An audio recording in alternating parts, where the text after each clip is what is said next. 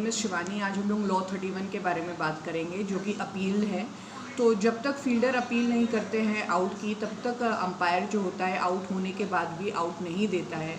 Secondly, if a batsman is out under any of the laws, he can leave his wicket without any appeal.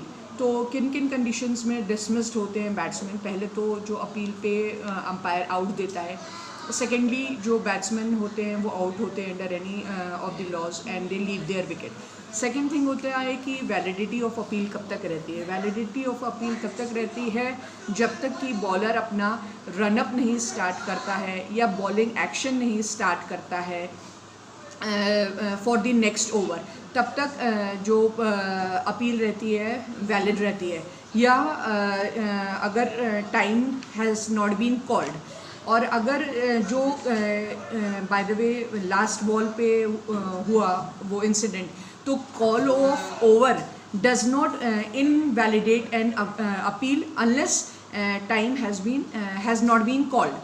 तो उसके बाद appeal किस तरीके से करते हैं, दैट इज़ हाउस दैट। तो अपील जो रहता है बेसिकली जो स्ट्राइकर एंड एम्पायर रहता है उसके अंदर 3 टाइप्स ऑफ अपील फॉल करती है आउट होने पे। एक तो रहती है हिट विकेट रहती है, सेकंड रहती है स्टम्प्ड रहती है, और तीसरी रहती है रन आउट। बाकी सारी अपील जो होती है वो बॉलर्स एंड अंपायर के जुरिस्डिक्शन में फॉल करती है। तो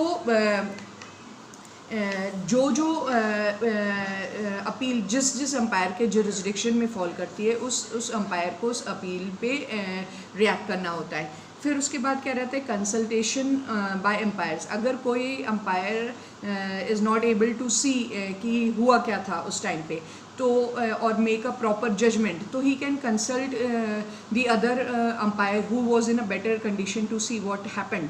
सो अगर उस कंसल्टेशन के बाद भी वो लोग किसी का डिसीजन पे रीच आउट नहीं करते हैं तो नॉट आउट करार दिया जाता है। फिर उसके बाद ये रहता है कि batsman leaving the wicket under a miss apprehension, umpire shall intervene if satisfied the batsman not having been given out। कभी कभी बैट्समैन को नहीं आउट दिया जाता और वो हड़बड़ी में या मिसअंडरस्टैंडिंग में he leaves his wicket, has left the wicket under a misapprehension of being out. तो umpire intervening shall call and signal सबसे पहले dead ball and to prevent any further action by the fielding side and shall recall the batsman. फिर उसमें क्या रहता है, a batsman may be recalled at any time up to the instant when the ball comes into play for the next delivery. तो next delivery से पहले ही उस batsman को रिकॉल किया जाता है एम्पायर के द्वारा। फिर उसके बाद क्या रहता है, विड्रॉल ऑफ एन अपील। तो जो भी कैप्टन रहता है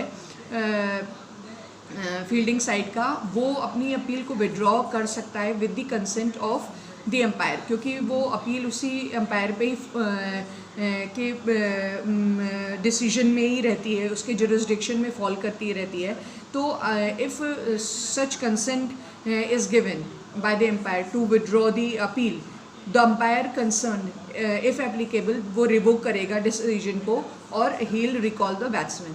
सो दैट्स इट फ्रेंड्स, ये हमारा अपील का था। नेक्स्ट हम लोग बोल्ड के बारे में बात करेंगे जो कि लॉ 32 है। Okay friends, thanks a lot, bye.